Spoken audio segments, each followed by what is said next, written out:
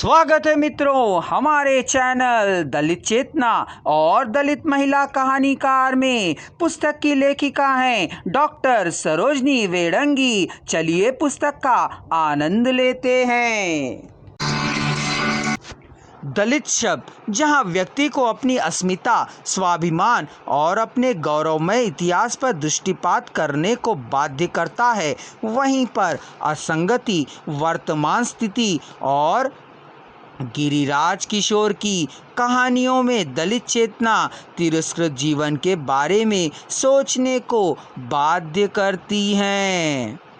वर्ण व्यवस्था के इस सामाजिक व्यवस्था पर प्रहार करते हुए डॉक्टर भीमराव अंबेडकर लिखते हैं, एक सवर्ण हमेशा सवर्ण रहता है, एक अछूत हमेशा अछूत रहता है, एक ब्राह्मण हमेशा ब्राह्मण ही रहता है, एक भंगी सदा भंगी ही रहता है। वे ऊंचे रहते हैं जो ऊंचे पैदा होते हैं, वे नीचे रहते हैं जो नीचे पैदा होते हैं। भाग्य के कठोर नियम पर खड़ी यह व्यवस्था अपरिवर्तनीय है, इसलिए व्यक्ति की योग्यता निरर्थक है। नीतिवान अछूत भी नीचा है, दीन सवर्ण से धनवान अछूत नीचा है, धनहीन सवर्ण से। समाज का वह हिस्सा जिसका निरंतर शोषण होता रहा हो, जिस पर निरंतर अत्याचार होते रहे हों, सामाजिक जीवन के संदर्भ में एक वर्ग द्वारा दूसरे वर्ग का शोषण करना, उसे जीवन की सुख सुविधाओं और साधनों से वंचित रखना है। अतः समाज के शोषित वर्ग लाक्षणिक रूप से दलित कहा जाता है तथा गैर सवर्ण या अछूत ही दलित हैं।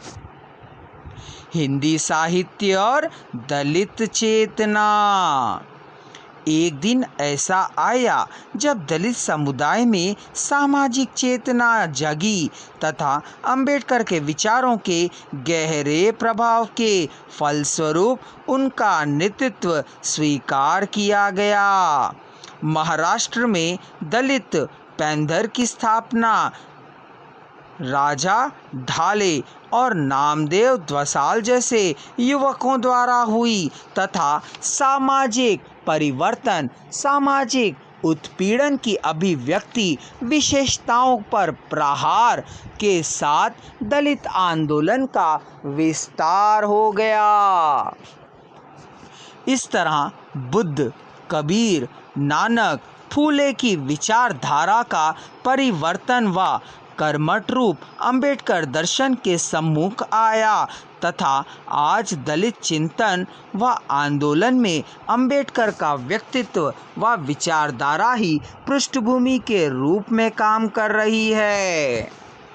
शरण कुमार लिम्बाले 20वीं सदी को स्वतंत्रता की सदी कहते हैं। उन्होंने महात्मा गांधी के आंदोलन को राजकीय स्वतंत्रता और अंबेडकर के आंदोलन को सामाजिक स्वतंत्रता का प्रतीक कहा है। गांधी जी देश को स्वतंत्र करना चाहते थे तो बाबा साहेब मनुष्य को। गांधी जी और अंबेडकर 20वीं सदी के भारत के दो चेहरे थे। वह यह समय था उन दलितों की जो भी वे पशुवत जीवन जी रहे थे। वे शिक्षा, ज्ञान, सुविधा, संपत्ति से कोसों दूर थे तथा उनकी बस्ती गांव के दक्षिण में बनाई जा रही थी। वे प्रत्येक अधिकार से दूर थे तथा उन पर पाप, पुण्य, कर्मफल के रूप में धर्म की कड़ी दृष्टि थी। अशिक्षा के कारण वे धीरे धीरे अंधविश्वासों में डूब चुके थे। घोर अत्याचार व अन्याय उनकी नियति बना दिया गया था। अगर आप संपूर्ण वॉइस को एक ही साथ सुनना चाहते हैं तो डिस्क्रिप्शन बॉक्स में दिए जा रहे लिंक को क्लिक कर लीजिए।